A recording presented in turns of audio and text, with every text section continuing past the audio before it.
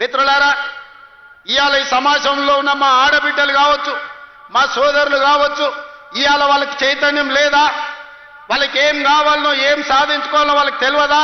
ఎవడో ఎక్కడి నుంచో వచ్చి ఇక్కడ రెచ్చగొడితే ఇక్కడ ఉండే రైతులను, ఇక్కడ ఉండే పేదలను తప్పు దారి పట్టించి ఈ ప్రభుత్వం మీద బురద జల్లే ప్రయత్నం చేస్తే తిప్పికొట్టే శక్తి నల్గొండ జిల్లా రైతాంగానికి లేదా అని నేను అడుగుతున్నా.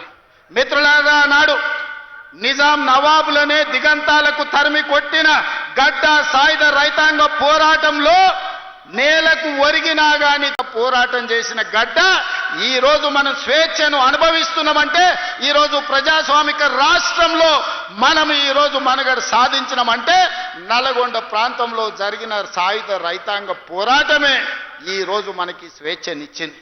ఆనాటి సాయుధ రైతాంగ పోరాటాన్ని నిర్మించిన నల్గొండ జిల్లా ఈ రోజు చైతన్యం కోల్పోయింది అనుకుంటున్నారా? లేకపోతే నల్గొండ జిల్లాకు కావాల్సిన ప్రాజెక్టులను సాధించుకోలేరు అనుకుంటున్నారా గత పాలకులు అని చెప్పి నేను సందర్భంగా అడగదలుచుకున్నాను.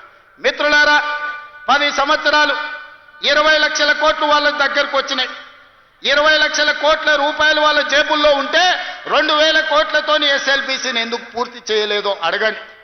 ఇవాళ ఈ ప్రాంతంలో ఉన్న సాగునీటి ప్రాజెక్టులు ధర్మారెడ్డి కాలువ కావచ్చు, పిల్లాయిపల్లి కాలువ కావచ్చు, లేకపోతే గంధమల్ల కావచ్చు, ఏ ఒక్క ప్రాజెక్టు కూడా పూర్తి కాలేదు 10 ఏళ్లలో. ఇవాళ మనం పూర్తి చెయ్యాలి అనుకుంటే కాళ్ళల్లో కట్టెబెట్టి కింద పడేయాలని చూస్తూ ఇవాళ మీకు ఎందుకు మెడికల్ కాలేజ్ కట్టలేదు? ఇవాళ యాదగిరి గుట్ట మీద కాంట్రాక్టులు ఇచ్చి ఎవరికి మెక్కినరో ఇవాళ మీకు అందరికీ తెలుసు. నేను ఆరోపణలు చేయదలుచుకోలేదు, దేవుడిని వివాదాలకు రాజకీయాలకు లాగదలుచుకోలేదు. కానీ అది ఊరికే పోయిందా? యాదగిరిగుట్ట లక్ష్మీ నరసింహస్వామి దగ్గర జరిగిన అపచారానికి మూల్యం చెల్లించలేదా? మన ప్రభుత్వం ఏర్పడ్డ నాడే బొక్కవోర్ల పడి మక్కెలు ఇరగలేదా? మీకు తెలియదా? చేసిన పాపాలు ఎక్కడికి పోవు, మన ఎంబడే వస్తూనే ఉంటాయి నీడలాక. ఇవాళ పాపాలు చేసింది కాబట్టి మీ పరిస్థితి గట్లయింది.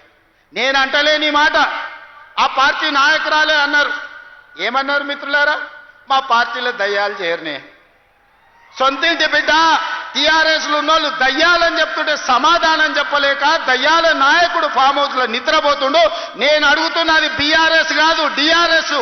డిఆర్ఎస్ అంటే దయ్యాల రాజ్య సమితి. అది ఇవాళ అది భారత రాష్ట్ర సమితి కాదు, అది దయ్యాల రాజ్య సమితి.